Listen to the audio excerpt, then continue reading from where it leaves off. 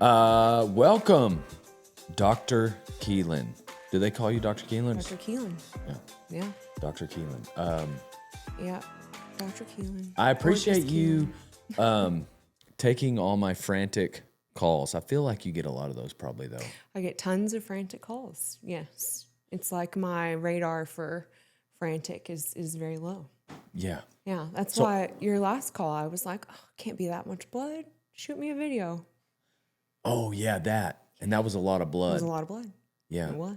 I was so glad that we pestered you. Yeah. Yeah. And that tends to be my, I come in like, no, it can't be that much blood. Send me a pic. How many locations do y'all have? We have 6 now. 6? 6. So it's called Salt Creek Yes. Vet Clinic. Where are they all? They're in Olney, Seymour, Graham, Anson, and Albany, and then our newest is in Breckenridge. So you're just asking for the calls. The calls. So I mean, have they increased with each location? I don't know that they've increased. I think they've always been a lot, but I just was texting one of my new associates on the way here. She's thinking about her schedule and how she's going to do it. I'm like, you just got to embrace the chaos. Just lean into it. Yeah. Embrace it. That's not gonna change. That's part of our job. That's my job. And I like my job. So it tends to be good. Dang, that's a good perspective, because I was thinking, I had somebody was working with a few years ago, an intern. They were like, man, it'd be great if we had a schedule of we film this day, this thing, we do a podcast this day, but it doesn't work like that. It doesn't work like that. And I think it's the same for us. The more you try to make something scheduled, the more it falls apart. You seem to have like a really good team that you're able to delegate things to. Yes. I have an astronomical team right now. Best we've ever had. I think there's zero chance we could survive without the girls that work at the clinics, the other doctors that work there. Zero chance we would survive. How long have you been practicing? Since 2011. Which a vet student actually told me today that doesn't make me as old as she thought that I was. Oh, dang. Today was her last day, so we're totally fine. Yeah, she can say what she wants. Hey, she can say whatever she wants. Is that why it was her last day? No, it wasn't causation. She was just, so I like to listen to 90s hip hop.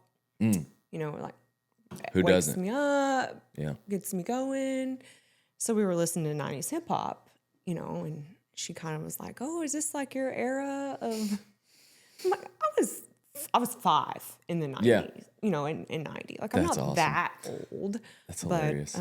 Yeah. So How much, I imagine, and I'm just guessing, that maybe it started out with a lot of animals and now it's more managing people. no, you're exactly right. I think some days I should just quit being a vet and manage the business. I would get to spend more time at home if I did that, because right now I'd be a vet and then side hustle manage the business, mostly because I like being a vet. But I think initially the reason I made the company bigger was so that I could work less. And I know that seems twisted, but a vet in a small town is on call all night, all day, all the time. But putting more vets into that pool and more clinics to make that sustainable means I'm on call less. I only work 1 in 8 weekends now. That's for people who don't have my cell phone number. 1 in 8 weekends, which is great. I get to go to all my kids' games. I get to be present when I want to be. And I don't think that's always the case for business owners, period. Or, definitely for vets that live in the middle of nowhere. Yeah. But the managing the people part, I think, is way more challenging than the being a veterinarian part. I bet. It does not necessarily come natural to me. I was raised like, just do better. And that was the end of the conversation, like do better. Just do better. Do better. Well, that doesn't work extremely well when you're managing all different personality types. Right. Do better, is... often hurts people's feelings. Yeah, it's definitely the most challenging thing for me now. Looking back, I would have guessed. I don't know. I wouldn't have assumed it would be as stressful as it is at Yes. times, like having to. And once you break it down and put it on paper, like, well, if you've got 15 employees, like that's 15 people with hopes, with dreams. Yes. And then a friend of mine who has a company, he said everyone is the hero of their own story. And so, you're having to deal with each person that is on their own journey, which is great. It is. That's fine, and I'm here to help that. I'm not saying they shouldn't be building their own Yes. empire. You're here to help that, but you're also here to navigate the success of your company. Yeah, because if we don't do that, then nobody has a job. Nobody has a job. Right. I think the weight of that is also sometimes, I don't want to even say challenging, but just kind of almost daunting. Like the weight of the success, at least in some part of all of these people's journey, it does lay on you. Like if you totally crash and burn, they don't get a paycheck. Correct. Yes. And that's a lot. Yes. You can't crash and burn. You don't get to crash out. Cannot imagine how I wouldn't have been able to imagine how much time I spend thinking about just making payroll. Yes. And I'm not saying we're struggling. I'm able to make payroll. Yes. But I'm looking forward. How will I Yes. be able to make payroll Correct. in late 2027? Yes. Or for us, I think like, man, that's an opportunity.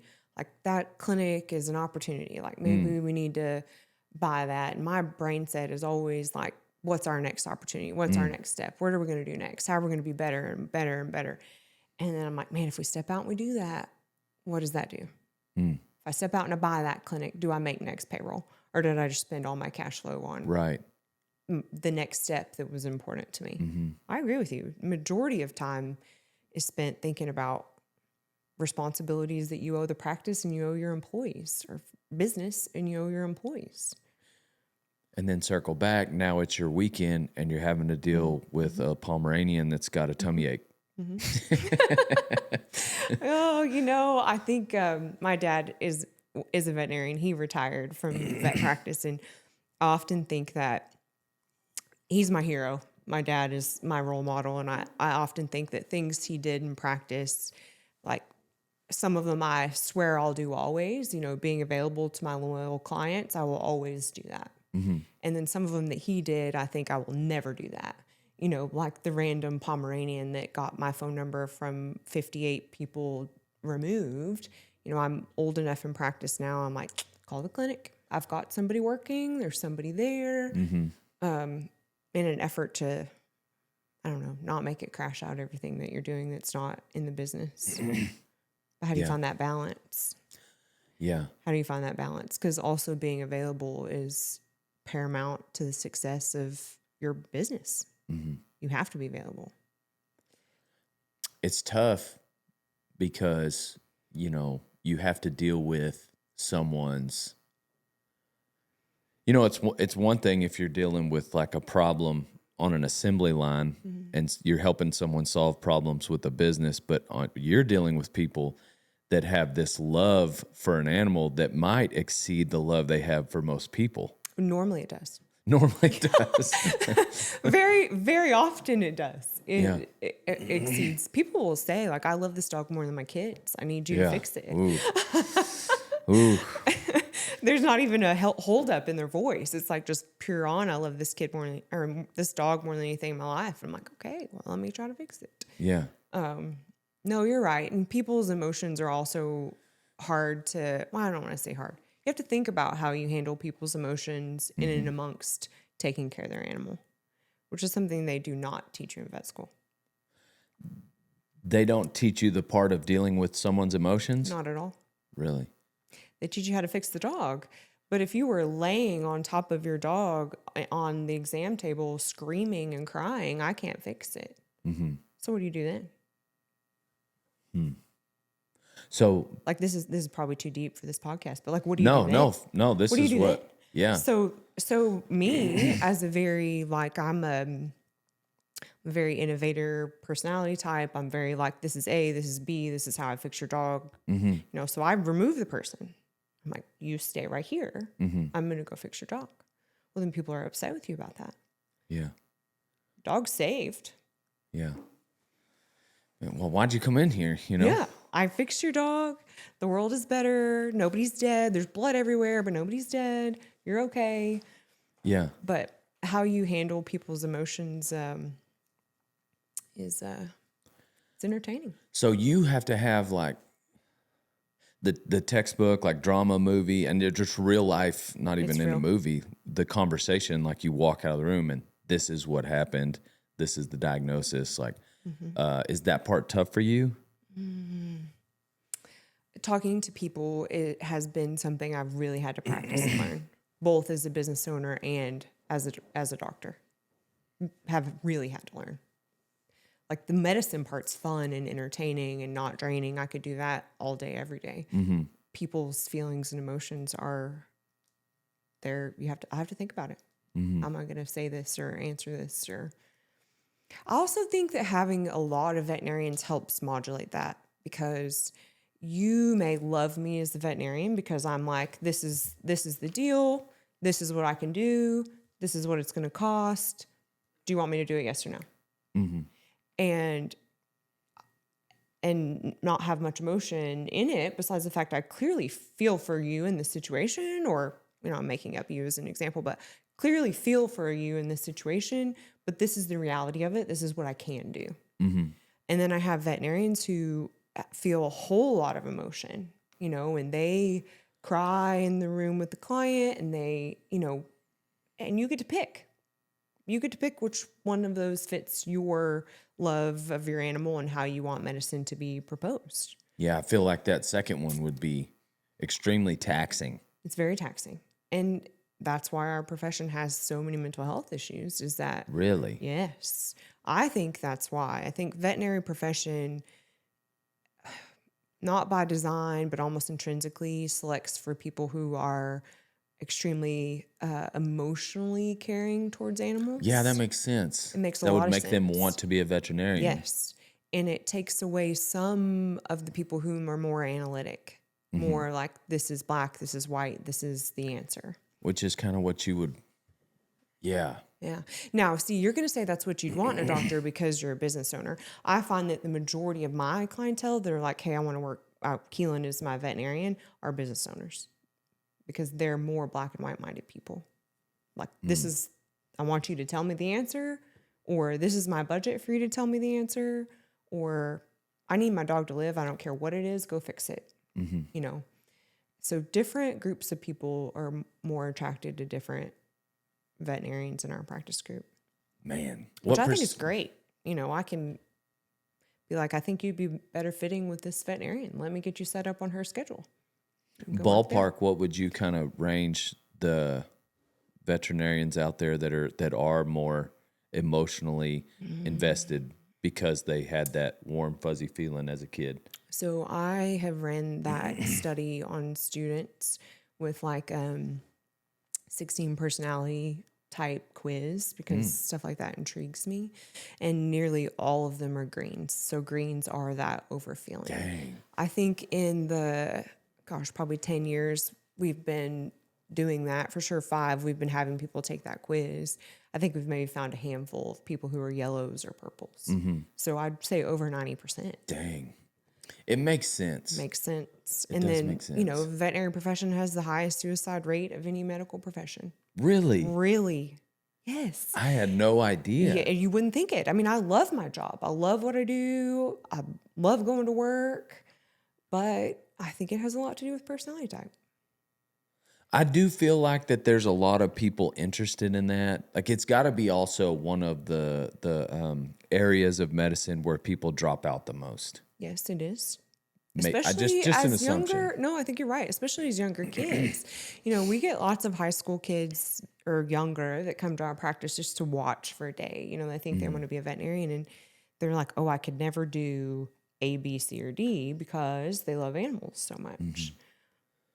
A, B, C, and D are often, they're 90% of my job. The majority of the job. Yeah. But I think that's good for kids to learn and know. You know what I mean? No For sure. reason to go through 8 years of expensive education to decide that sadness makes you too sad. There's nothing wrong with you. This is maybe just not a good match. Yeah. No, but we've struggled with that as employers as well, though, because a lot of that emotion is kicked back onto the company. You know, like I'm unhappy because normally it's just because sometimes veterinary medicine is hard. Mm-hmm. You know, it's emotional and it's hard. Yeah. It doesn't have anything to do with your work, with work.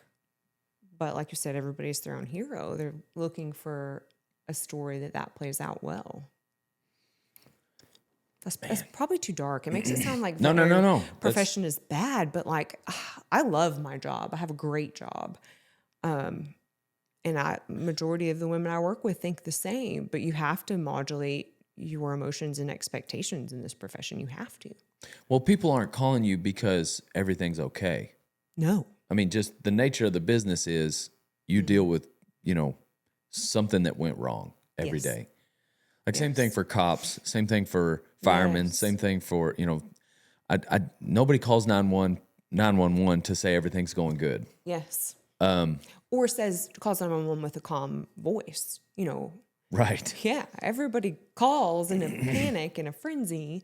Which is why I say lean into the chaos, you know. Yeah. Everybody calls in absolute chaos. Sorting through the chaos is a whole lot of our job. Yeah. Yeah, you know, I try to navigate how I feel about animals often because I take care of them, and then I've got some pets, you know, and so I try not to name cows, for instance. Yes. You know, I just have an ear tag number because I don't want to get too attached to a cow or too committed. Right. Yes. Too committed. And I realize every now and then somebody's got that special cow. Yes. The horse deal is a little different. They become a little bit more of a pet because, you know, more of a companion type. You got to use them for work. But even still then, my main deal is I try to draw a hard line between animals and humans. And I think it would still be hard for me to have the conversations you have to have with the animal owners. I feel like having a conversation as a doctor about a human would be just the worst. I literally say exactly what you said all the time. You know, I last week I had a 76-year-old woman who brought her very sick dog in, and I, you know, telling her I could do this and this, and you know, it's okay, we're gonna fix it. And she's crying, and she says, you know, my husband died in January. This dog is all I have, and I'm like, dang. I'm gonna fix your dog. Yeah. But and then I go back. I'm like, man, I'm glad I don't work on people. Right. You know, because at the end of the day, it is a dog. Right. And as much as I love my own dog and I love medicine and I appreciate that relationship between people and animals, if I was the one who was actually working on her husband, I mean, God. Or I lost my husband in January. Please help fix my kid. Yes. I don't know. Like that, to me, that is... I agree. But I also think that reality is sometimes lost. You know, I think that's probably a reality that you were raised in and I was raised in, of this is the reality of the world. Animals live and animals die, and people live and people die. But I think a lot of that's raised. Yeah. I could see that for sure. I guess here lately you've been pregging a bunch of cows. That seems like a pretty black and white thing that's probably... Yeah, it is. Just go in and do a job. Sometimes I love the monotony of pregging cows. It is excellent. If I have great help and half-decent facilities, pregging cows is the perfect way to start the day. Do y'all have one of the little wand things that goes in? Yeah, those are handy. They're very handy. So you don't even have to put a sleeve on. No, I do, because I check some if I have a question, but I started using that when I was pregnant with Keelan, and I couldn't reach in there anymore. My belly was too big. I couldn't reach, so I started using the wand, and now it's all I use. Yeah. How, when you were using your hand, how accurate were you, or did you ever get to test as far as the timing of it? Yeah, you know, you get pretty accurate with practice. I think both arm palpation and ultrasound is a fine art practice skill. It's not, I don't think it's something you can do once or twice a year and be any good at it. I think you have to practice it and continue to practice it and continue to, you know, have that memory that arm memory or eye memory. I don't think it's something you can just pick up and go by an ultrasound and all of a sudden you can do it. Right. I bet that's right. You tend to sometimes lean towards, do you lean towards small animal, or do you just lean away from horses? If I was in my kids' generation, they'd probably say I have ADHD and need to give me medicine. But I like the mix. I like being able to do all sorts of things. Here in a month, I'll be so tired of pregnant cows, I won't want to look at another one. And then all of a sudden, it'll be bull test season. And then we'll do that for a little while. And then by the time I can't stand another bull, it'll be too cold. I'll be in the office for a while. I love surgery. It's very entertaining to me. I just, horses would be the lowest on my list. Really? Yeah. Is that how your dad felt, or are they just a little more challenging? My dad worked on a lot of horses. Yes, he worked on a lot of horses. He bred a lot of mares, did a lot of lameness. I don't know if it's more challenging. I think it maybe just either jive with it or you don't. And the joy for me is I don't have to. I have, and I think that's part of the joy of our practice group. We don't have to. I have veterinarians that don't work on cows. I have veterinarians that don't work on horses, veterinarians that love horses. Morgan, our horse vet's time is largely filled. And that's great. She loves that. And so that's what she gets to do.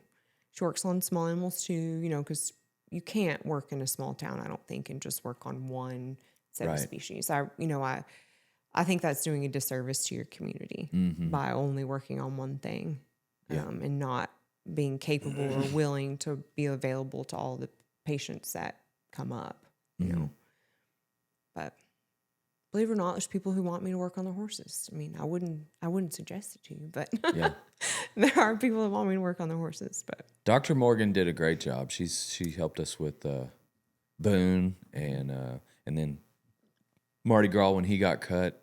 yes. I think just those two, but yeah, the Boone one was tough just because. You guys have to have this conversation of, it's crazy to put a dollar amount on the care, and I felt so obligated with Boone, I don't want to say any amount of money, but if it's, I want you to try. Yeah. Yes. If it's $1,500 for a cow, well, hold on, because how much, if she's worth $2,000, like what's the, and is she even going to survive? But with Boone, if it's an extra 2,200, like do it. Yeah. I'll spend the money on Boone. Yeah. And I think though that level of matching price to prognosis, I think is a very normal conversation. A lot of people's emotions don't allow them to have that conversation. Like, there's a 10% chance I'm going to fix this. Are you sure we want to spend $1,500 for a 10% chance? You tell me yes, and I'll do it. But I want to be real clear that's where we're at. Yeah. How do you decide? Do you ever lean towards being? Sometimes I wonder if doctors, I get frustrated when people kind of throw rocks at a doctor that said, Doc said he only had 2 years to live. Look at this, 3.5 years, and he's still. It's like, well, maybe he didn't want, what if he did say 3.5 and you died at 2? Well, then he's. Yeah. And so do you have a number in your mind where you try to like, all right, I think this, but just to be safe, how do you? Yeah. I think I make up a lot of statistics just based on, like how I'm feeling in the moment. But if we're talking about patients that, have cancer, I tell everybody like, this is the published average. That means somebody died tomorrow and somebody died in 2 years. And I'm with you. Do you want to be expecting 2 years and you're the one who gets tomorrow? Right. No. But I also tell people like, man, I'll gladly be wrong about the average. Yeah. Gladly. If we beat that, perfect. Yeah. It's a lose-lose situation. Yeah, it's lose-lose. And I also think that for the doctor. Yes. And people expect perfection from clinicians. And you can't be perfect. You're a human. Right. You can show up and you can try and you can read and you can do your very best. You're still a person. Like in your business, I'm sure you've shot for different market goals. Like you're not always going to hit them, and you tried really hard to get that. It's no different in medicine. It's the same. Yeah. But And I it guess just that's has why they more emotion. call it a practice. Yeah, that's why they call it practice. And at the end of the day, you're a human. Mm-hmm. You're a person. So the practice side of it, do you guys have like some conferences you attend, or like, are you? Yeah, so we go to lots of conferences. I'm like a firm believer that just because we're in the middle of nowhere doesn't mean we're going to practice duct tape and penicillin medicine.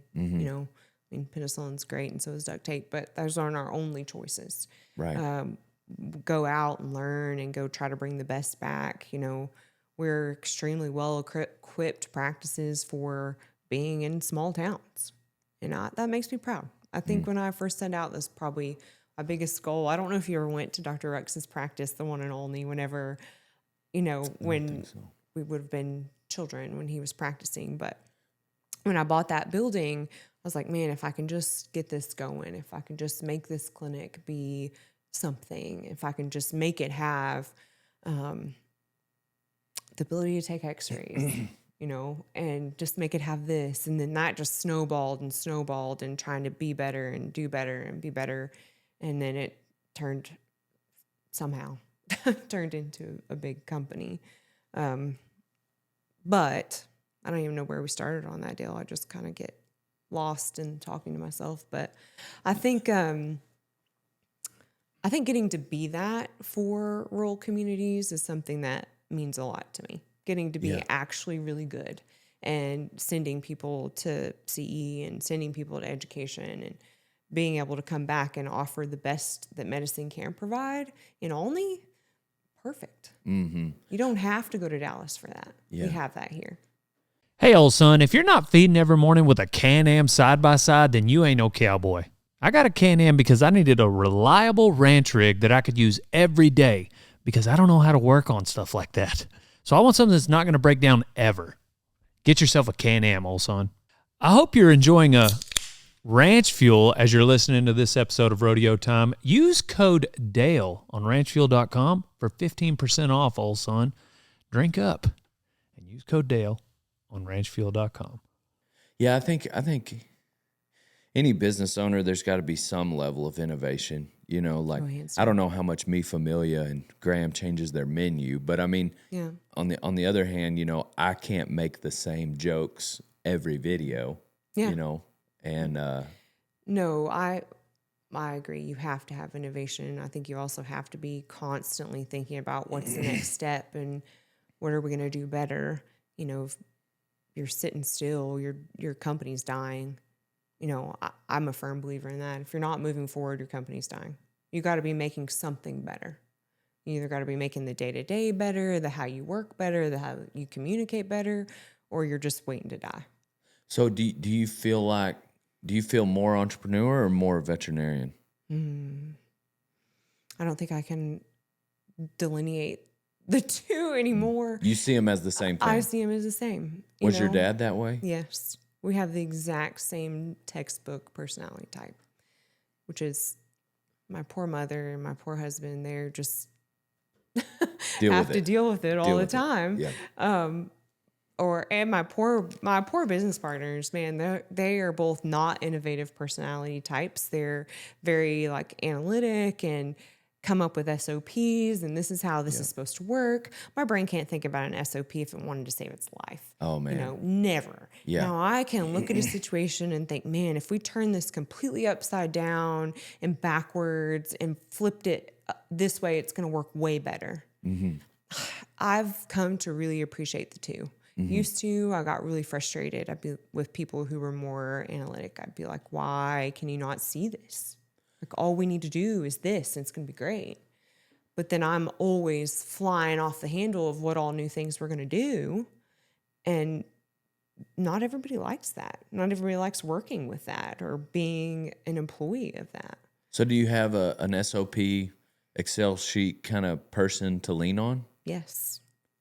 Brittany Berry has been my business partner for Probably close to 5 years. No, it's been longer than that because Pfeiffer was brand new born whenever she came. So she's probably been my business partner for 6 or 7 years. And she is 100% that person. So she is my balance to my wild. You know, I'll sit down and come up with a 3-page list of ideas, and she'll go through it and be like, all these are hard no's. Like, there's no way in hell we're doing this. Right. None of these are going to happen. Except this one. All these are a maybe. Right. And these are I really need to see what that looks like on paper. And then I take those and run with the ones she said absolutely for. Then I pick out the one she said no that I really think are good ideas, and I present them in a different way. You know, like, well, what about this? Or what about if we do this? And it's a really good balance. Really, really good balance. I imagine thinking about having to make it through vet school, most vets probably are a little more SOP driven and Excel sheets and organized. Yes. You're probably in the minority when it comes to your creativity side, right? Yes, I know that you're right because we did this KAI study. I don't know if you've ever heard of it before, but it like ranks people on innovative to adaptive, and it puts a number on there. And Dr. Klein from OSU came down and did this presentation for our entire company. So she gauged everybody and then presented it to us. And I'm like an innovative 114, which is way over, far in the prism of lost in innovator land. And the majority of my staff are 30s to 50s, like 95% of my staff. Yeah. And so that gap, by definition, should never be able to work together. If you haven't done that, you should do it for your staff. It's yeah, cool. I'd definitely check that out. It's pretty cool. So you should not be able to work together if you have that big of a gap. Yeah, I'm trying to line people up in my head. Oh, you are. Yeah, because you're an innovative brain. So your brain's already thinking, well, who would go there and who would go there? I think that training helped me a lot on deciding to be less frustrated with people. Because I'm like, the 30s, when I sit down at breakfast with them and I pitch some random idea that I thought of on the way over, driven by too much Celsius, like, I think it's great. Let's talk about it. Like, let's have breakfast and talk about it. Well, they're panicking. They're thinking that I'm about to upheave the entire world. No, I'm just wanting to talk about it. We don't have to do it. Could be a terrible idea. Yeah. And I used to get really frustrated by that. Like, you're just a constant no. All you do is say no. Why don't you ever say yes? These are good ideas. Right. So you're probably classing people in your brain right now. For sure. This person's this and this person's this. Yeah. But it helps, I think, as a leader, helps you to like step back and think, how is this person seeing what I'm saying? And are they a value to the company? Because if they are, I probably need to think about their perspective as well. Right. If they're not a value to the company, well, then get out of the way. We don't care. Right. We don't care. Yeah. But if they are a value, then I need to think about me constantly making them cope with my ideas. What's up with all these skunks? Have you smelled it walking in? Skunks everywhere. I didn't smell it walking in, no. Today is day 15. I've trapped in 15 days 29 skunks in this town. 29. Yep. Well, rabies is like a real deal county. That's what I heard. Yeah, with the skunks. It's legitimate. Yeah. I've also trapped. The thing that kind of got me started trapping had a couple of horses with EPM. Yeah. And had one. So Buckethead got it, and I noticed him acting funny. I was picking up on him at a rodeo and got him checked out. That's what it was. Started treating him because he would just barely act weird for like a week, and then we finally got it figured out, got him treated. But then during a practice, we had a pony in a pen, and started acting drunk. 2 hours later, he was dead. And you think it was EPM, not like West Nile or something like that? It was the exact same time that Buckethead had EPM. So we assumed it was EPM. Yeah. But I had a vet at the time tell me that all varmints could give that, not just possums. Mm-hmm. Is that correct? Yeah, I would say that's correct. But Yeah. EPM's weird. I think sometimes veterinarians blame any neuro anything on EPM because Okay. it's an easy answer. It's kind of like cows and anaplasm. Well, we right? took a blood test. And it came back positive. On Buckethead, Yes. we did. Yes. On Buckethead, we took the blood Yes. test, and that's what. So his was positive for it because it's expensive, right, to Yes. get that blood test. Yes. And so that was why we didn't keep going on the other Yeah, horses. yeah. We just started treating. Yeah. We started treating the ones that were worth more, Sure. and we never treated the pony. Yeah. But anyhow, continue. No. It could have been anything else though. It could have been Maybe. something else with the pony. Maybe. Or just being a pony. Yeah. They're just always trying to wreak havoc or die. One of the two. Yeah. So I started trapping then, and that was about a year ago. About a year ago this week, and yeah, I mean Caught all that many. that was, and I've caught way more skunks than that. We that's just. I was just kind of on a roll, and I was like, well, I'm going to start keeping tally. I feel like at this in point 2 you're going weeks. to need like a hat with a skunk on it or something. Oh yeah, yeah. we've Like got we're going to some have to videos turn where- this into some merchandise. Well, there was one video stretch where we in February where we either trapped or shot 22 skunks, and that was just in February. We didn't keep count from February till now, and I've never stopped trapping. And so, anyway, I've got 18 traps Who out has to all get over the town. dead skunk out of the trap? Daddy. You do it? That'd you be take me. all that on your own? It's miserable. I mean, I feel like falls into the delegation category. Like, what miserable. about that new guy? Wasn't you have a Yeah. new guy? Delegate. Yeah, Delegation. Dylan, the one that didn't get the. You're right. I feel like that may be punishment for not getting the recording. Yep. Yeah. Skunk So duty. you approach from the door side so they can't spray you. You put a bag over it, trash bag, and then you just get the whole bag. Got to be 55-gallon Clearly. trash bag because The black ones. black ones. Yes. That calms them down. Usually they still spray. You take them and then you open the door through the bag and then shake the cage, and now you they got a fall in the skunk bag. in a bag. And then what? I mean, no. Pow pow. That's what I do. I don't want rabies. But no. But I'm just imagining you with a skunk in a bag. yeah. Yes. Then you just take them wherever, and then I don't litter. I throw the bag away. Yes. Yeah.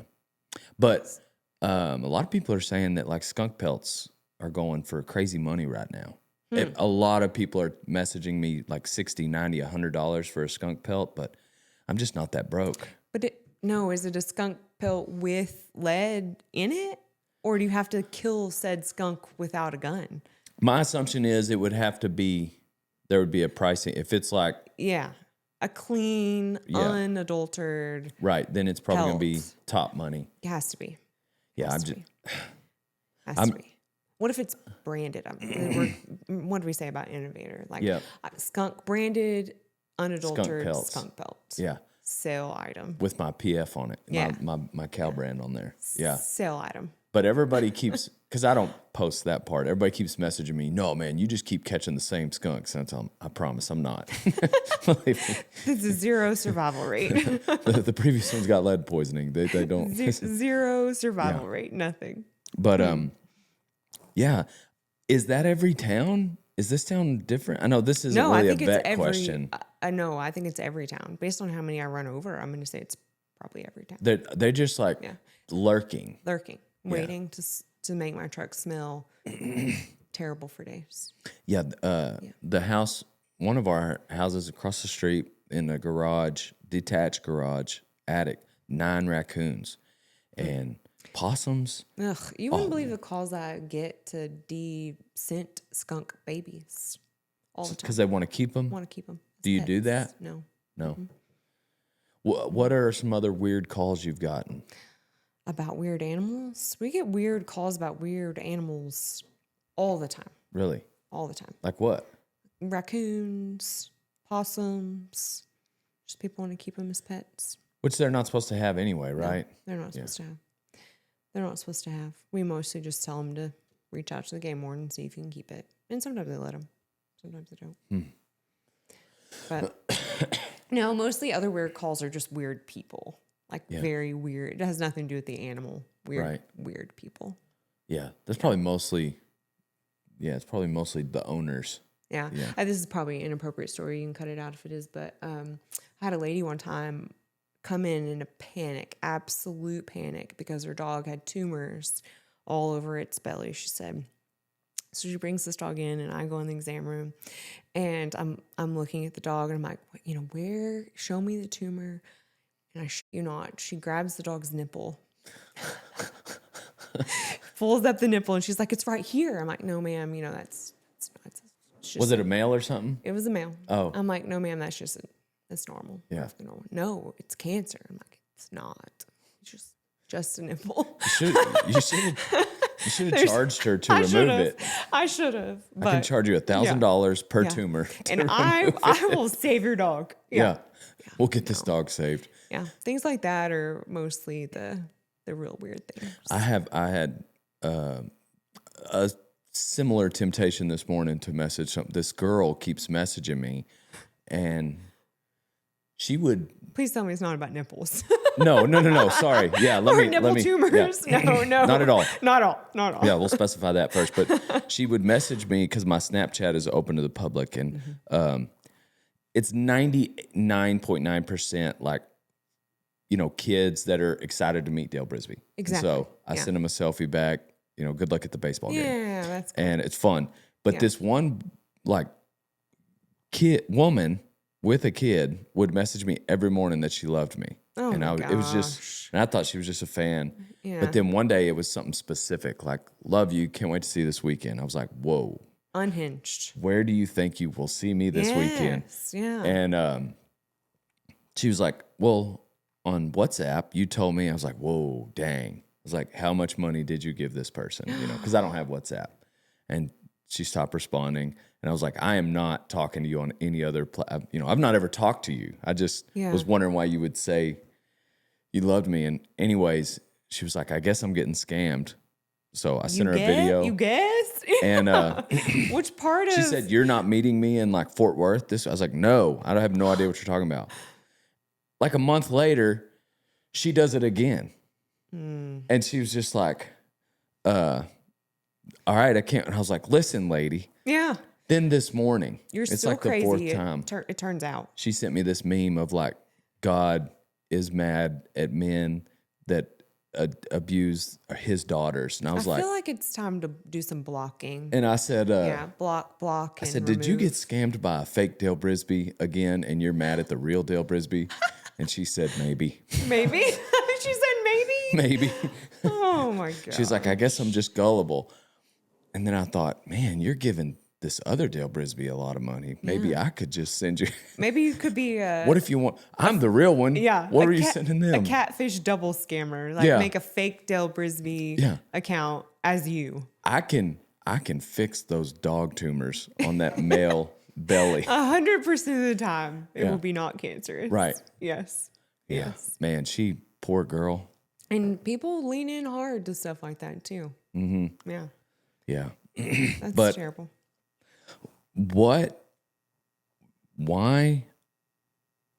What's the deal with colic in horses? You're asking all these horse I know questions. it's a very specific I should question. have brought Morgan. No. Well, what's the deal with colic? What we do you need mean? like a colic is this talk to me as if I'm 6.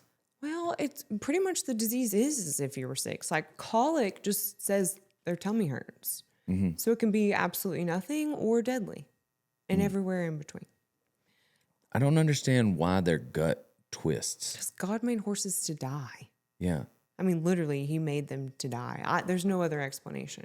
No, there's things that cows, like a cow will come in with a rotten baby in it and maggots coming out and will be alive and will live. Mm-hmm. A horse gets a bruised hoof and will die. It just doesn't play out. Yeah. But I think they're just weak. It's wild. Just weak. You see why I don't want to work on them?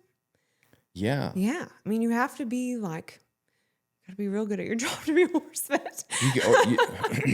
The They don't whole seem to rest of hardly us. ever have respiratory problems, though. Sometimes, but not often. Not as much as cows. That's what you could tell them. Hey, I only deal with stomach issues on cows and respiratory on horses. It's a very fine line. Very fine line. Now, I think that the horse vet industry is insane.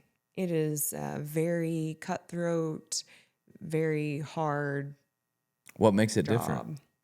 I don't know. Maybe it's because they are perfectionists. You know, Justin High at Riata is an amazing veterinarian, and anything we can't do, we send there. He's exceptional, and he and I we're colleagues and friends, and we're having a conversation about employees being loyal and how they just aren't. And he was talking about how he thinks it's even worse in the horse world because people are even more attracted to staying with one veterinarian over another. And veterinarians in the horse world really cutthroat each other pretty dramatically, which is embarrassing, I think. Yeah. But I think it's just they have to be perfectionists, and animals are worth a whole lot of money now. And you become a horse vet if you were a really high performer, and you put a whole bunch of high performers in one room together and they fight each other. You know, that's how that plays out. Yeah, I can see too, like horses are going to easily be worth way more than a cow. Yes, even now. Yeah. Yeah. But so I don't know. I think that industry is just really cutthroat. And it has a very big drive to be perfectionist and a very big drive to work all the time. Mm-hmm. Yeah. What sometimes I find myself trying to explain horses, well, like the flank with a horse. Mm-hmm. And you know, maybe this is something you'd want Dr. Morgan to weigh in on, but I mean, we're going to have to phone a friend. but it essentially just, you know, I think when a lot of horses feel pain, they run, don't they? Yeah, I would say, yeah. Rather than, I would say pretty much anything, though, feels pain and tries to run. Right. Except for maybe your lady on Snapchat. Yeah. She likes the pain. She's a repeat offender. She likes the pain. Yeah. But the fact that the flank encourages and gives them something to kick at rather than makes them run. Mm-hmm. Is that anything that you've know. experienced in your practicing? No, that's some deep psychology, horse psychology right there. Why did they? I don't know. I don't think there's any science answer to that. I guess Not one that I know. I try to, I mean, obviously we're past the point of like, it's not tied around their testicles because some of the bucking horses are mares and don't even have anything to tie it to. So nylon strap coated in wool, it would be similar to tightening a belt on a person and in about the same region. So why does that work and it doesn't work on people? But how about the first guy that figured that out? I mean, what were they doing in the moment to figure out that's what you do to make them buck? Probably trying to break them. Yeah, maybe their hobble strap on their back cinch came off once, and they knew, oh, if we put something back there, he's gonna want to really jump and kick. Now it's gonna work. But yeah, same thing in bulls with the flank. Anyway, do you deal a lot with any rodeos? No, I help with Archer's Rodeo, which has come a long way. They've worked really hard to make Archer's Rodeo be better. I should come visit Archer's Rodeo. I've been there a few times. And grown.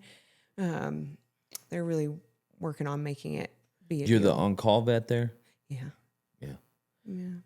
And you That's keep mostly Dr. not Morgan much real job. close? Real close. Yeah. Yeah, real close. Plenty of drugs for bulls and Dr. Morgan. Yeah. Yeah. Because there's always the horses that get hurt mostly. Right. They're so delicate. So delicate. Yeah. Trying to die. And it's everyone's favorite horse that ends up getting it. Yep. Yeah. The dusty old nag doesn't ever get injured. Right. Sound forever. What's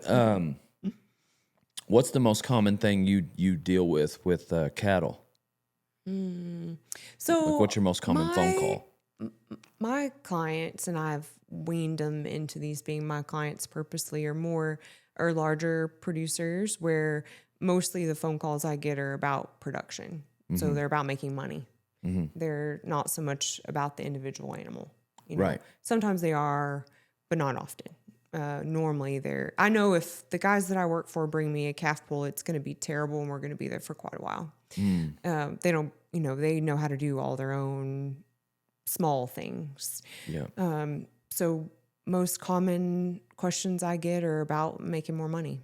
What do I need to do to get this market, or talk to me about what vaccine I need to give to match this market, or, how am I going to make more money? Gotcha. Yeah. And I think that's, besides the physical labor items of pregging cows and testing bulls, how am I going to make more money is mostly what I do. which I think is split in veterinarians. I think there's veterinarians that think in break evens. There's veterinarians that think about how to make more money. And then there's veterinarians that enjoy more individual animal medicine from a cow perspective. They like to work on the lame cow, or they like to work on an abscess, and I don't mind doing those things. They just don't drive me to get up in the morning. So I've made myself have a clientele of people that want me to make them more money. And it cuts out a lot of the individual cow and, work, but is much more enjoyable to me. So like cow-calf guys or yearling guys? Yeah, both cow-calf and yearling guys. Yeah. Are they, it seems like a common question is what's working this year? No, that's always the question. And everybody wants it to be magic. Constantly. What in a bottle is going to be the next answer for me? And one of my mentors in vet school, and he's still my mentor, I probably speak to him a couple of times a month, said that the answer is always management. 100% of the time it's management. And he's right. And if you step back from a situation and think, okay, what are we doing here to care for the animal, make it better, make it grow more, etc., you tend to find your magic bullet. It tends to hardly ever be in a bottle. Sometimes, but not often. So what is somebody doing wrong that they would change? I think water is a huge deal. Really? Yes. And tends to be people look and think, well, there's a trough, they have water. That's the end of the answer. When go out there in the middle of the day, depending on when what time of year you receive cattle or what you're doing from a stalker perspective. I'm guessing that's what you're asking about because we're talking about what's working. For sure. Go out there when they're thirsty and see how many of them are standing and waiting to drink water. How many of them decide to give up. You wouldn't believe the treatment rates and death rates that just expanding water space and capability have changed. It almost seems dumb, doesn't it? Like you're sitting here thinking, Well, it seems like water. It seems like it should be common sense. Seems like it should be common sense. But I could also see how it would be such a. Is the water cleanliness ever a Water thing? cleanliness matters. Do they want to drink it matters? Do you have the most chlorinated water in the whole state matters? Do they want to go put their nose in there and drink it? But, I think those things seem common sense, but actually paying attention to the animals takes a special person. Dang. Yeah. Which I also think labor is our number one limiting factor in everything. Good labor or any labor or labor that knows how to look at a calf or think about a calf or even know that all those calves standing around the water trough are waiting to drink. That's huge. Finding somebody who can do that. That's probably, I was listening to Dancy's podcast on screwworm, and she's brilliant. Your sister's brilliant. But I think our number one problem with screwworm is going to be labor. Nobody has any labor. Nobody has people. Yeah. That's what I just had one with Boots O'Neill, and he was saying, like, you just have to be on top of them. All the time. When we think about what did our grandpas have or not have, when they went through the deal, they didn't have the drugs we have, but they had labor. Yes. Now we got drugs, but we don't have anybody. We have no people. Yeah. That biggest rate limiting factor to me getting through this whole preg season is labor. People can't find help. So people set up help before they set up the veterinarian because they don't have anybody to gather. Don't have anybody to work. Dang. And that's just to go get 3 days worth of work's done. That's not even to go treat stuff as soon as it's born. Right. I think that's going to be our biggest concern. Hey, Bro Tater Chip, if you like getting swole-o-matic, then get yourself some Protein on mountainops.com. Hey, or if you just like being healthy, whether you're trying to bulk up, get healthy, have energy, go to mountainops.com and use code Kevin for 20% off. Rock and roll denim is what Dale Brisby uses to spur his bucking bulls. I get the reflex. Gives me the mobility I need to be the cowboy I am. So go to rockandrolldenim.com, old son. I didn't see that coming. It threw me off. I'm sorry, I got you No, that's distracted. okay. Yeah, I Down a rabbit hole. I guess just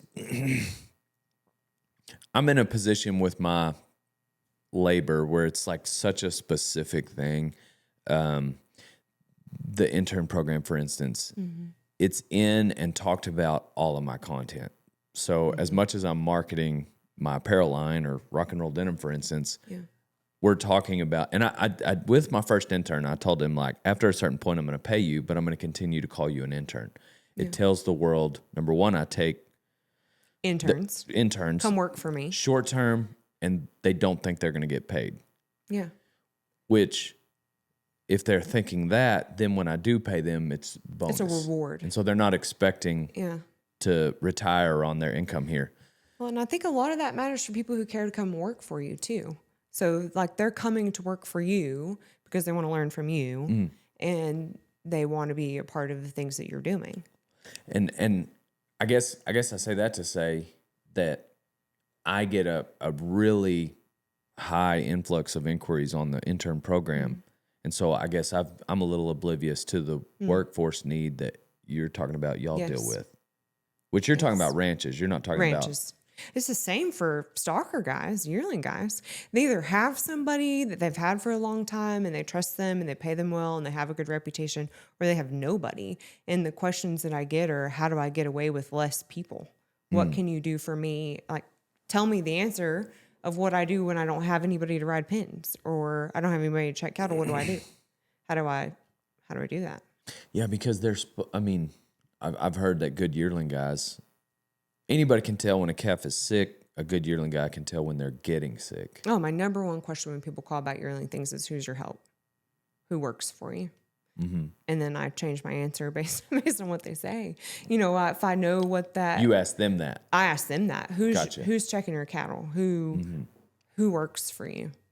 And I know most of those guys' abilities or disabilities. You know, they're either good or they are terrible.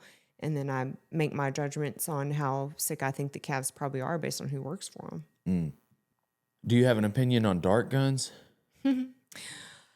So I think my veterinary opinion is I'm supposed to say that dart guns are the devil incarnate into a weapon. In reality, I think that we don't have any labor. Why are you supposed to say they're the devil? Because you put... medicines are intended to be administered in one way, and you administer them just in bovine. You don't know if it went sub-Q or went IM or if it went in its lung. Yeah. It could have shot straight in the kidney. Yeah, for all injection you know. site management. Exactly. I forgot about that side of it.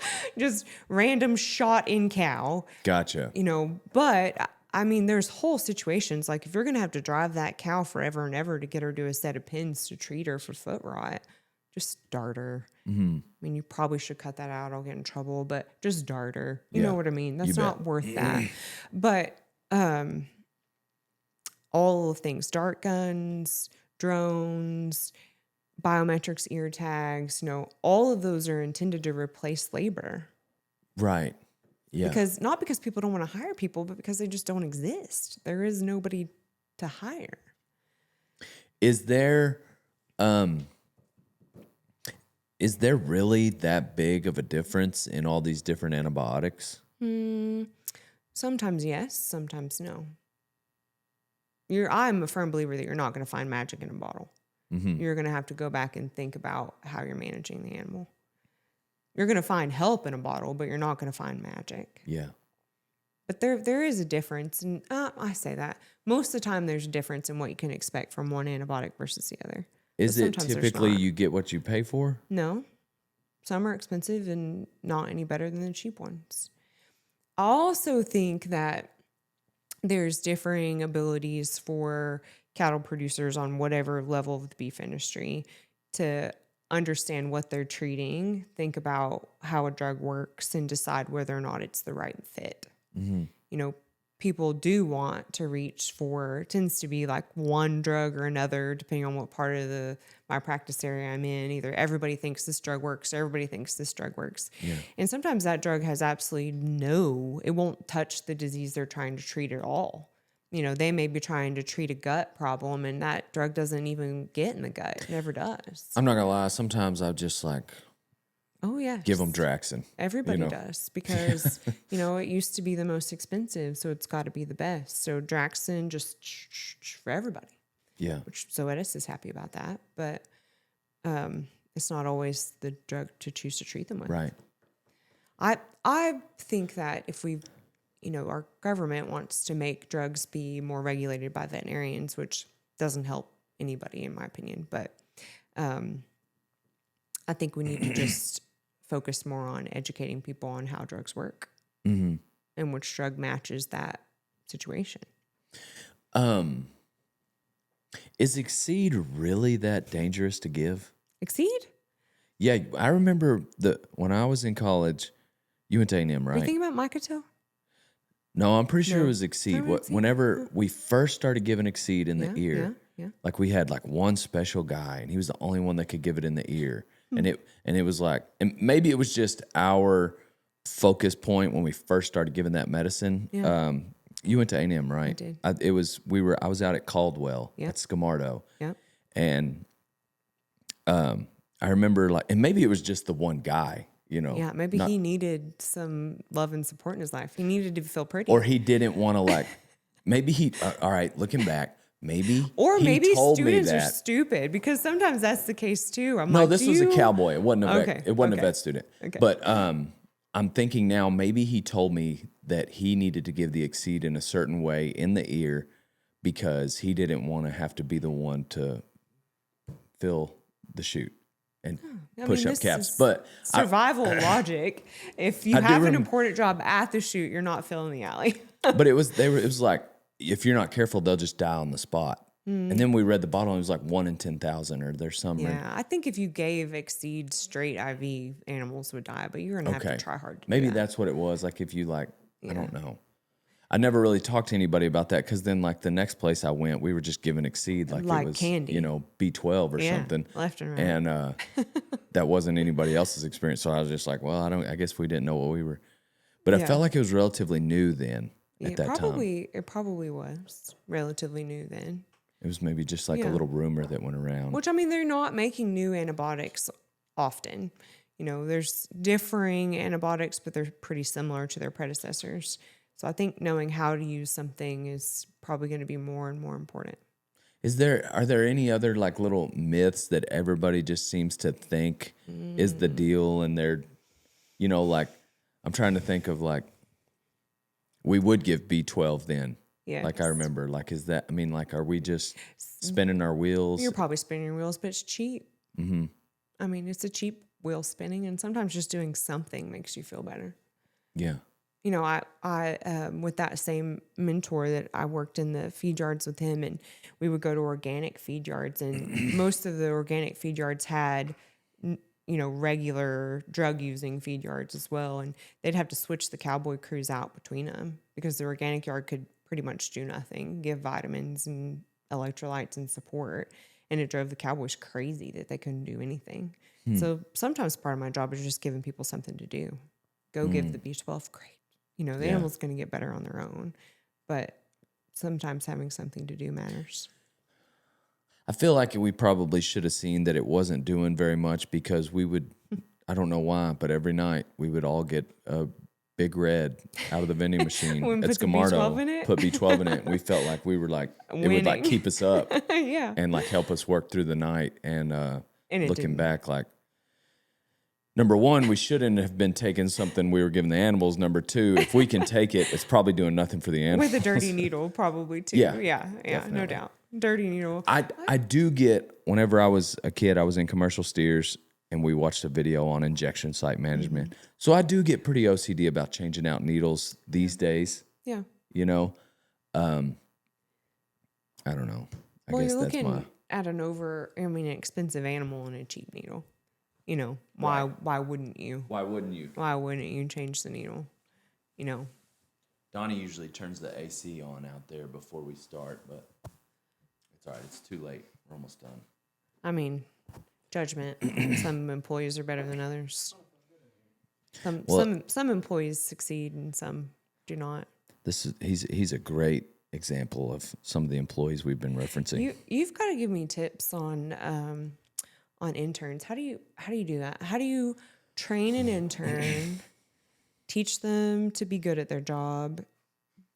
Sometimes, I mean, examples, Yeah. And but them not become your competition.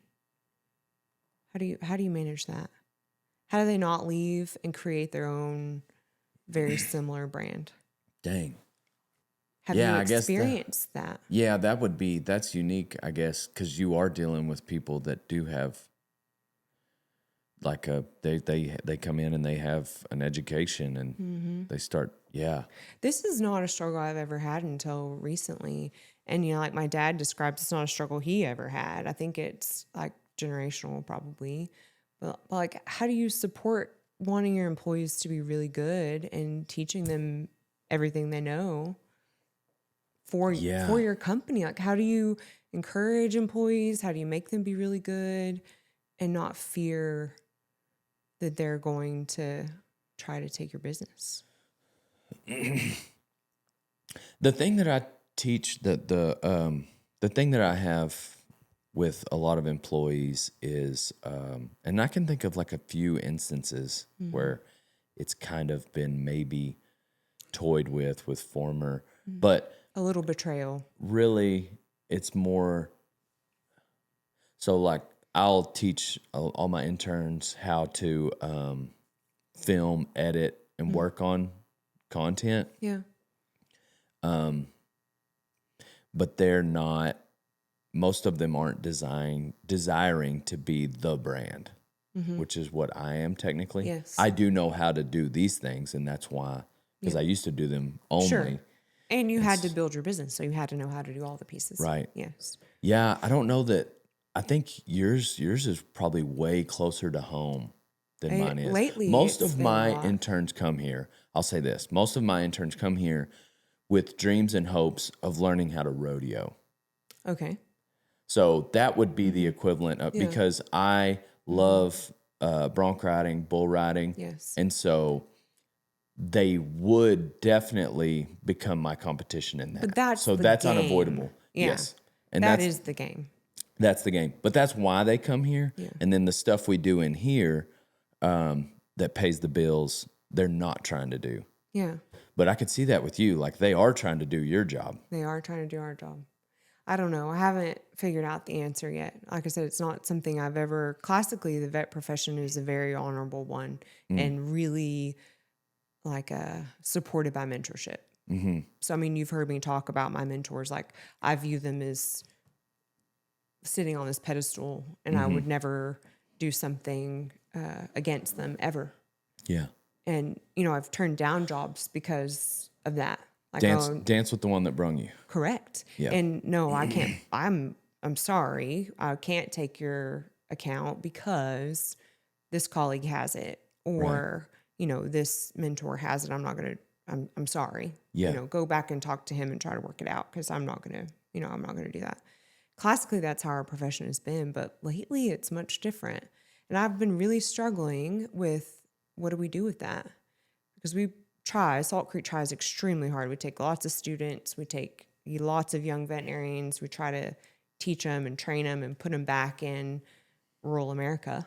I mean, we need to put vets in clinics. We have 6 of them.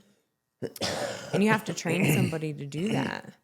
But then how do you, in the same breath, defend your brand and defend your livelihood while making your profession better? Yeah. I don't know. Yeah, that is tough because besides spank your kids more, like make them not grow up to be like that. Right. What else do you do? Yeah. Yeah, that would be so tough, especially if they wanted to stay in the same region. You know? Yes. Yes. Yeah. I don't know what the answer is. I was hoping you had some insight for me. Yeah. With all of your intern pool. I think it's tough because it's hiring is guessing, firing is knowing. Correct? Not that,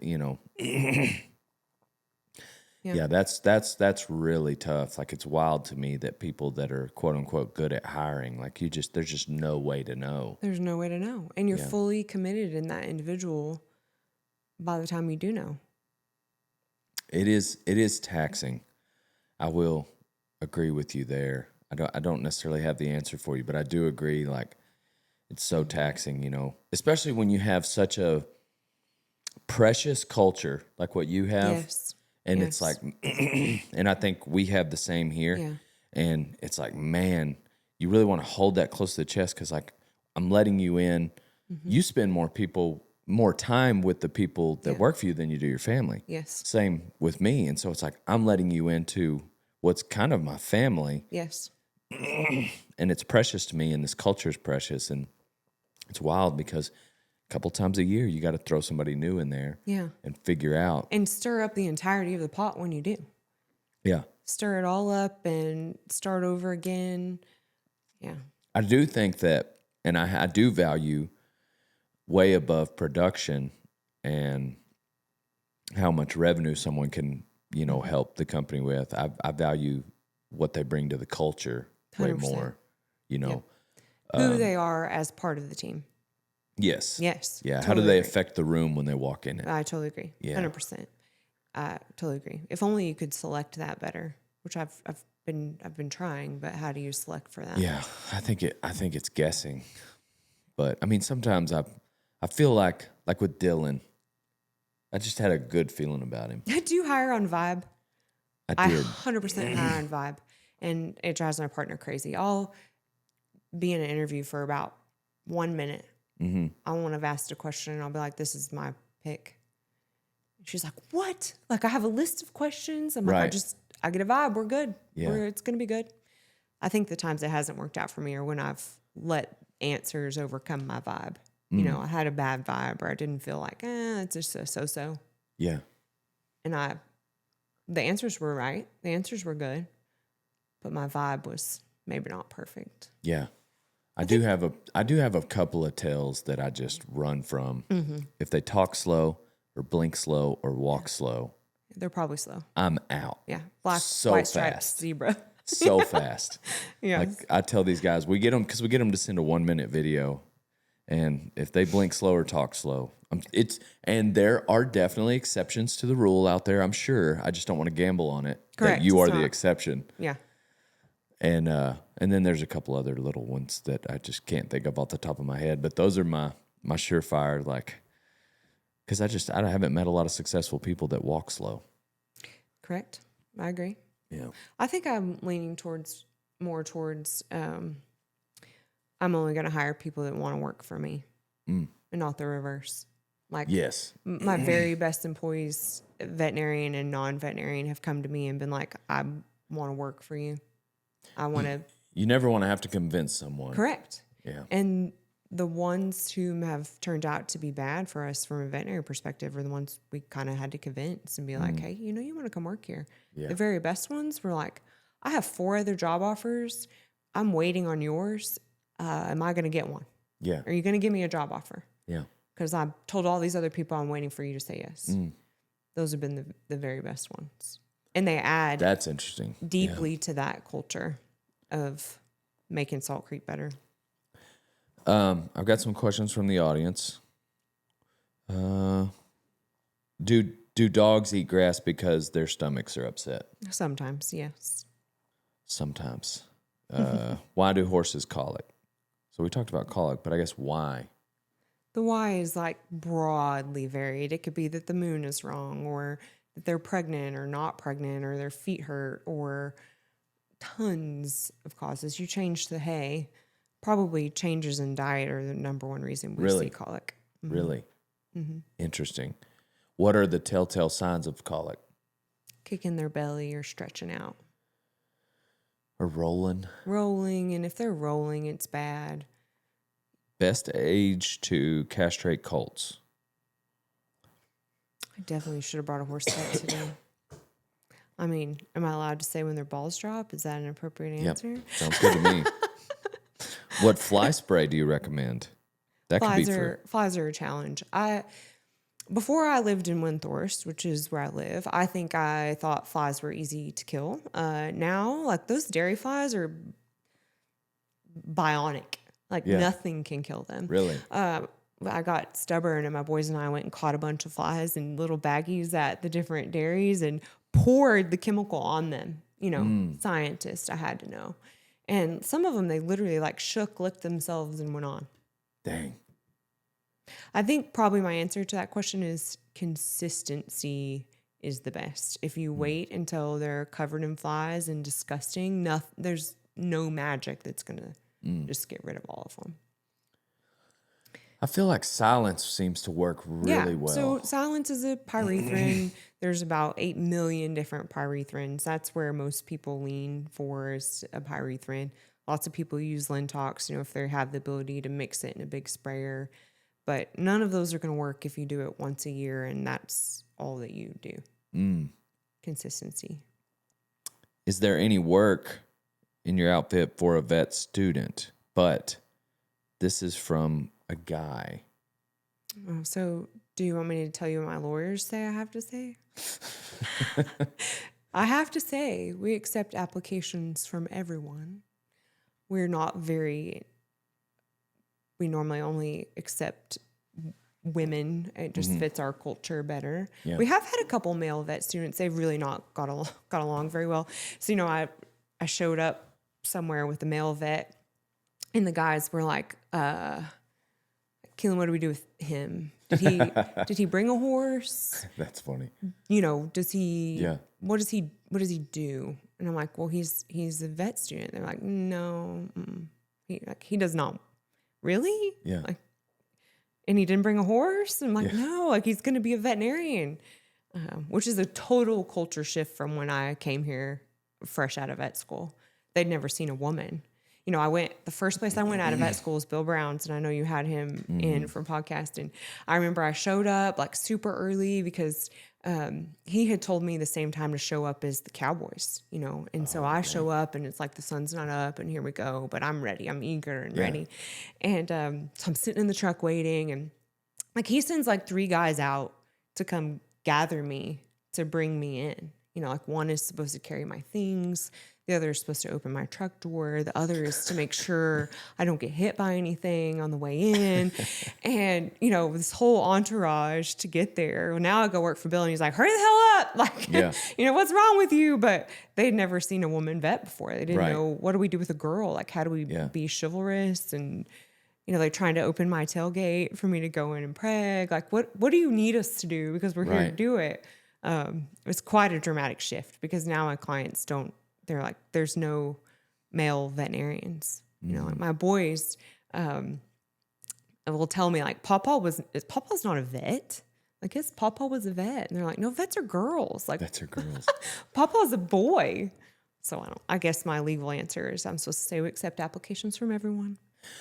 Is there I'm thinking about A&M, is there a higher percentage of vet students coming out that are, girls? Is it heavier girls or not heavier girls? There are some very big girls in vet medicine. I don't care what size they are. Yes. Is the percentage higher on the girl side? This is another myth. Okay, we're talking about Mythbusters. You don't have to look like a boy to be a veterinarian. Yeah, gotcha. Yes, you can look like a girl and be a veterinarian. Heavier, there's some fat veterinarians. Yeah. Yes, so classically, vet students right now are majority, I don't know the percentages, but majority are female. Gotcha. Okay. Texas Tech's program has not favored males, but they have favored some traits that would make males be more likely to be accepted, like different work experiences and things like that. Did you do all 8 years at A&M? No, I went to A&M for 4 years, and then I went to Virginia Tech for vet school. What made you not? honestly, I was young and I wanted to go somewhere different. You know, I wanted to go do something different. And my dad went to vet school in Virginia, and they offered me a scholarship to be their first like alumnus kid. And it offset my out-of-state tuition. So I was like, hell, I'm going to go live in the mountains for 4 years. Yeah. Yeah. And I was ready to leave the mountains. It's cold up there. They have snow, like real snow. Yeah. But I got an exceptional education in Virginia. It was a smaller class size. The teachers were great. Really taught me everything I know. Where'd you live at A&M? Everywhere, the cheapest places I possibly could. Yeah, I knew vet school was going to be expensive, and so I managed to get out of undergrad without any debt. But you know, I shared rooms in little trashy houses in Bryan. You know, anywhere I could live. Yeah. Nowhere Heard that. glorious, like Yeah. nothing that I care to go back and relive. But I did get out of undergrad without any debt, and then went to vet school and got a lot of debt. But There you go. yeah, What's the weirdest call you've gotten lately? the nipple one wasn't lately, but that was pretty weird. Or sorry, go ahead. No, I'm probably some of the weirdest calls are when people call the vet clinic asking about their own personal medical issues. That happens really? extremely often. Yeah. One of my colleague veterinarians had a lady completely strip, top off everything in the exam room. She comes in and the lady's like, I have a rash. And my veterinarian's like, and you don't have a shirt. You know, like... Maybe it's because you're always shirtless. Yeah, we don't work on people, so we get a lot of people questions. Dang. Yeah. And those are weird. People are weird and gross. Like people questions are gross. Yeah. I wonder, you probably get a lot of people too asking what animal medicines they can take. Often, or what human medicines their animal could take. Oh. Mm-hmm. It's also highly entertaining when dogs eat people's medicines because then you get to figure out what medicines that they're on. Some people got some really interesting cocktails. I feel like Banamine, is that like super harmful to humans? It's bad for your kidneys. Is it? Mm-hmm. More so than like probably Tylenol and whatnot? Yeah. Yes. Why is it the Tylenol's getting well, that's a human thing. It's a human question. I don't know. I haven't really read that study. Getting a lot of buzz lately. Yeah, it's a lot of buzz. I haven't read that study. What about midnight calls? Have you had a lot of those lately? You know, so this falls into the, I think, innovator category. Probably 3 years ago, we quit taking call after 10 o'clock because this was during COVID, and I got cussed at 2 a.m. because this lady probably had just woken up. Like she wasn't going to work. You know, we were still working. Everybody else was at home. And so people during COVID would call us all hours of the night with things that were not emergencies. You know, hers was this tiny little cut and she cussed me up one side and down the other when I was like, that cut's old. It's been there for 2 days. Like, I'm sure you've been sleeping, but you can come in tomorrow. This is not a 2 a.m. phone call. So I went back and tracked like how many phone calls after 10 o'clock actually come to the clinic, actually are emergencies, and actually pay us. And it was less than 1%. Wow. And so my veterinarians were staying up all night, answering the phone to not make the clinic or themselves any money. Yeah. And probably be worse at their job the next day because they'd been up all night. So we quit taking calls after 10. Yeah, I mean, at the end of the day, it is a business. And at the end of the day, it's a business. And also at the end of the day, like, that's probably the primary reason that veterinarians leave rural practice is all night, overnight call. You know, because nobody can stay up all night and go to work the next day. That's hard to do. Yeah. Yeah. And like you said, at the end of the day, and the majority of them were not emergencies. I mean, less than 1% were. So I'm not even screwing over my clients because they didn't actually need me. And I don't think it's hurt us at all. I know it hasn't financially. You know, it hasn't changed the barometric at all. I think I can think of 2 clients who did need us after that 10 o'clock time frame, and you know, they found my cell phone and called me.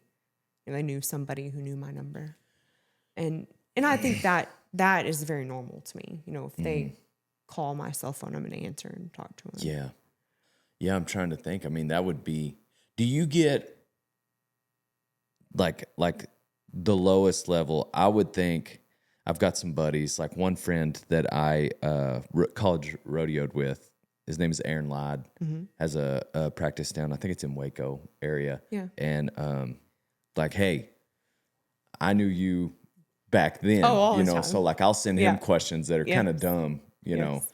That I would never bother you with, Sure. you know. But he's your friend, and so yes. Or like my dad's best friend growing up would have been Wendell Culp, and his wife Dia is a vet. Yes. And so like there's another level where like if Aaron doesn't answer, I'm gonna mess with Dia. Yes. And anyhow, do you have a lot of those? Yes. Where it's just like people they just Yes. and they even know they're bothering you, but like But for the majority of those people that you actually know, it's fine. Yeah. Because also when I respond back to them like, hey, sorry, it's been 2 hours, I've been at my kid's game. They're like, oh gosh, did they win? It's the people that you actually don't know that somehow get your number and the clinic is open, and they act like they grew up with you. Correct. Kind of thing. And like, I have to speak to you. And I'm like, no, you don't. Like, Yeah. call a clinic, or I'll just have the girls at the clinic reach out to them, just engage with them directly. But I think the overwhelming amount of text messages that veterinarians get is like, when we leave, I bet I have 58, 60. Really? Really? Yes. Dang. Yes.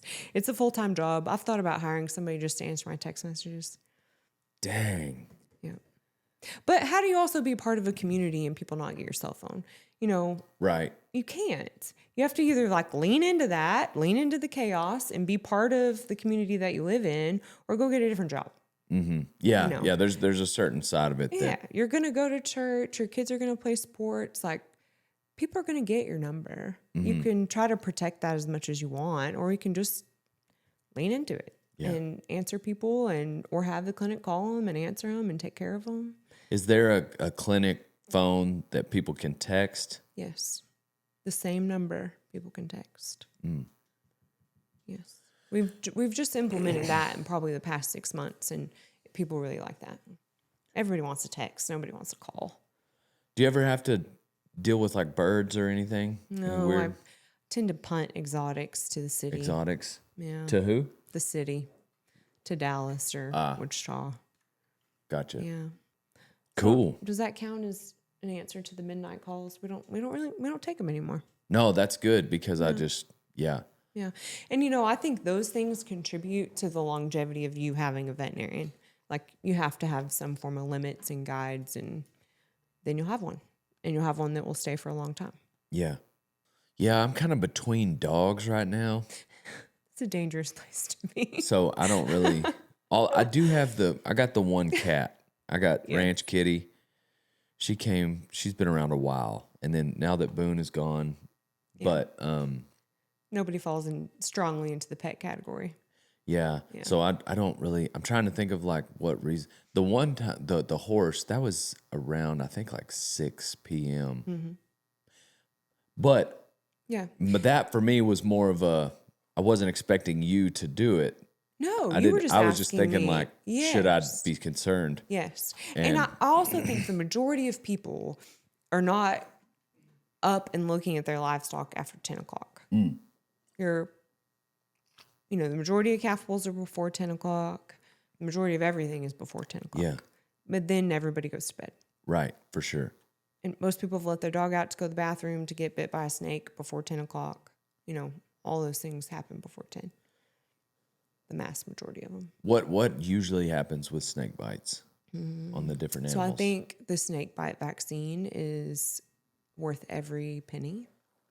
We see a lot of snake bit dogs, and you can sit there and watch dogs that have had the vaccine and dogs that have not had the vaccine. Oh, you can Vaccinate treat for it prior. Really? Yes. And it will It just makes the swelling be less. It makes the death be less. And they still swell and they still get sick. It's just not half as dramatic. do they normally survive it regardless? What's the survival rate on a rattlesnake bite? There's a huge variance because not every snake gives a lot of venom. Baby snakes are worse. Head bites are better. Leg bites are bad. Why are head bites better? I think there's just more blood flow. Disseminates it better. How does a snake bite you with its legs though? I mean, not the snake legs. Oh. The dog legs. Oh, gotcha. So like the dog that's running away. Okay. Gets the dog's legs. Yeah, the dog's legs gets its leg bit, and then there's not much blood supply there, so all the tissue rots off. Gets pretty nasty. We're working on numerous of those right now that all the tissues rotted off, and we're trying to put it back together and use skin grafts and all sorts of stuff to get it to go back. And then horses can survive. Horses and cows are. Horses mostly do good. I've tracked a horse when it passed out in the back of a trailer from being snake bit. And, took a deep breath and stood up. And after I'd put a tube in its neck so it could breathe from a snake bite. Oh, you trached it? Oh. And then I sent it to Justin. Dang. This is your problem now. Don't make fun of my janky redneck trach, because I had just gotten like a regular ET tube that we use for surgery and shoved it in this horse's neck. And it just worked? He took a breath. He could breathe. Dang. And jumped up. Yep. I often wonder. That was Shad Sullivan's horse. I think he's come on your podcast too. Who? Has Shad Sullivan come on your podcast? Shad Sullivan. Shad from. I don't think so. Maybe that was a different Maybe he one should. I was listening to. He should. You would like him. That's his horse. I wonder what the survival rate with doing that to humans would be then. Traching him? Yeah. Well, hopefully they wouldn't get bit in the head. Right. I was just thinking, I know there's just, you see it in movies. Yeah, I'm pretty sure I would die if I got bit by a rattlesnake, but just from sheer fear, I would die. For sure. Yeah. So we usually wrap up with life advice. What kind of life advice do you have? Optimistic life advice or pessimistic? I have one of each. Probably. One of each. Let's hear both. Yeah.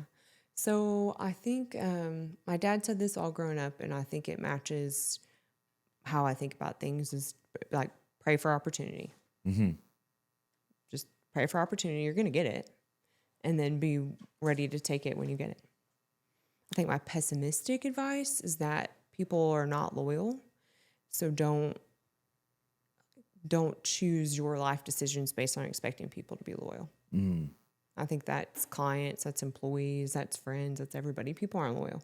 So choose what you and your family need to be and do, and don't expect people to be loyal. And when they are, you'll be surprised and you'll support those people. But if you expect people to be loyal, then you end up disappointed and you end up jading your family over it. Yeah. I agree that God blesses us sometimes with an opportunity, a fishing pole rather than a fish. Yep. And then I also do, tend to value loyalty pretty highly. And when people are loyal to you, those are people you need to keep around. Right. Yeah. Yeah. That's awesome. I appreciate you. Well, thanks for coming. Or thanks for asking me. Yeah. No, the idea struck me a while back, and I finally asked, and it seems like you've got a vision for Salt Creek. We have a vision for Salt Creek, and it's going to keep going. I didn't realize you grew up in the area. I grew up in Bowie. Dang, that's close. I didn't realize you were that close. Yeah.